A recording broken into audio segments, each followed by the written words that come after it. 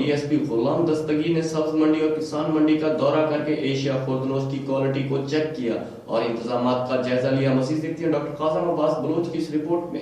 Deputy commissioner Lodhra Imran Qureshi اور district police officer ملک جمیل ظفر کی ہدایت پر اسسٹنٹ کمشنر دنیا پر سید وسیم حسن اور ڈی ایس پی سرکل دنیا پر غلام دستگیر نے سبزی منڈی اور کسان منڈی کا اچانک دورہ کیا۔ اسسٹنٹ کمشنر سید وسیم حسن اور D S P Ghulam Dastgir نے اشیاء خوردنوش کی کوالٹی کو چیک کیا اور انتظامات کا بھی جائزہ لیا۔ اسسٹنٹ کمشنر سید وسیم حسن اور D S P Ghulam Dastgir نے نیلامی کے عمل کا بغور معائنہ کیا۔ اسسٹنٹ کمشنر سید وسیم حسن اور D S P Ghulam Dastgir نے آڑھتیوں سے ان کے مسائل بھی دریافت کیے۔